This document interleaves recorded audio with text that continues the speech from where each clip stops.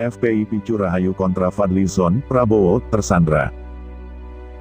Pembubaran Front Pembela Islam FPI oleh pemerintah pada penghujung tahun 2020 tidak hanya menimbulkan pro kontra di tengah-tengah masyarakat, tetapi merambah ke internal partai politik, yakni Partai Gerindra. Sejatinya, perbedaan pandangan tentang pembubaran ormas Islam ini tak perlu terjadi, mengingat partai yang dipimpin Prabowo Subianto tersebut telah menjadi bagian dari pemerintahan Presiden Jokowi. Mereka mestinya satu suara, mendukung putusan pihak penguasa dimaksud. Adalah Wakil Ketua Umum DPP Partai Gerindra, Rahayu Saraswati yang mendukung penuh pelarangan FPI, melakukan segala aktivitasnya terhitung sejak waktu pembubaran, Rabu tanggal 30 Desember tahun 2020. Menurut Rahayu, hal itu demi tercipta persatuan dan kesatuan bangsa hingga tercipta kebangkitan. Kami berharap, 2021 sebagai tahun kebangkitan, setelah kita melewati tahun 2020, yang sampai saat ini masih belum lepas dari pandemi COVID-19. Mari kita wujudkan 2021, sebagai tahun penyembuhan melalui program vaksinasi dari pemerintah, kata Rahayu Saraswati, Sabtu, tanggal 2 Januari tahun 2021.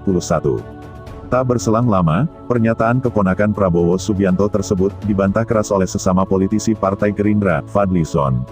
Mantan Wakil Ketua DPR RI ini menegaskan, partainya tidak mengeluarkan keputusan yang mendukung pembubaran organisasi, tanpa proses hukum di pengadilan.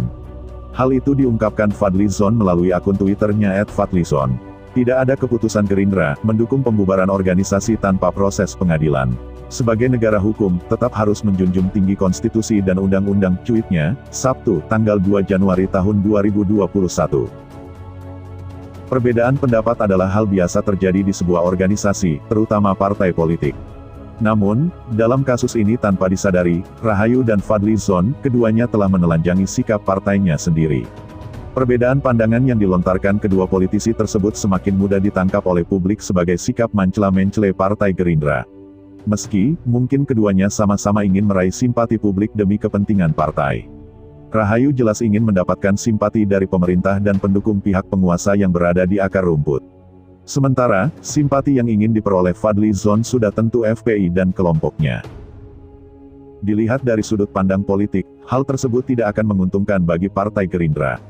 Sebagian besar publik hari ini sudah sangat pintar dan melek politik. Mereka tentu menghendaki partai yang memiliki sikap tegas.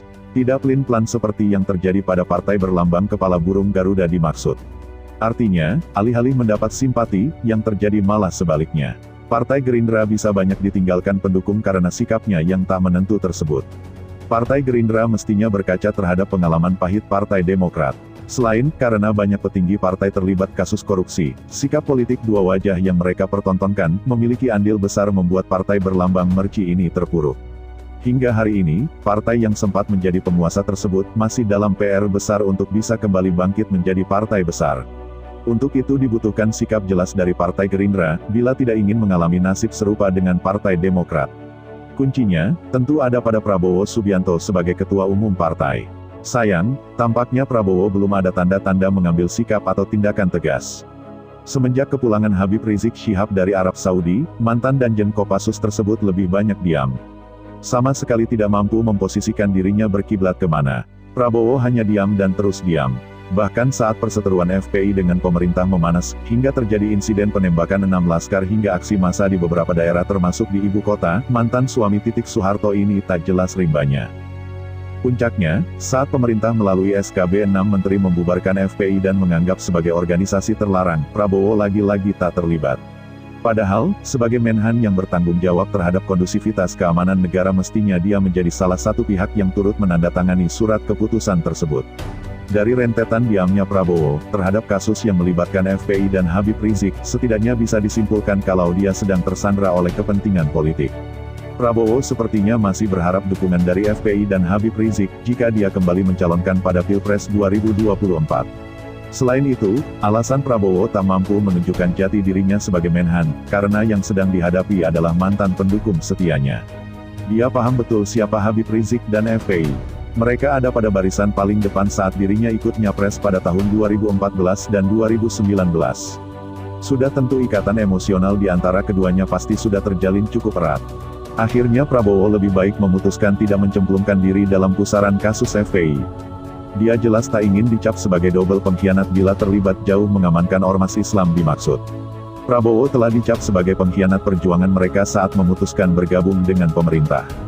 Stempel yang melekat ini tentu tidak ingin ditambah lagi bila terlalu pro pemerintah dengan mengambil sikap tegas terhadap FPI. Bahkan, sekadar menegur Fadlizon yang terus-terusan memihak pada FPI pun, Prabowo sama sekali tidak mampu. Anak buahnya itu terus saja dibiarkan bergerak liar. Saking bebasnya, Wakil Ketua Umum Partai Gerindra ini seolah telah berganti profesi menjadi juru bicara, jubir Ormas Islam dimaksud. Namun, apapun yang dilakukan Prabowo adalah keputusan dan langkah politiknya. Tentu, dia sadar betul imbalan apa yang bakal diterimanya. Kita hanya berharap, kasus yang melibatkan FPI ini tidak berlarut-larut, sehingga energi yang ada bisa dimanfaatkan pada suatu hal yang lebih bermaslahat bagi kebaikan umat.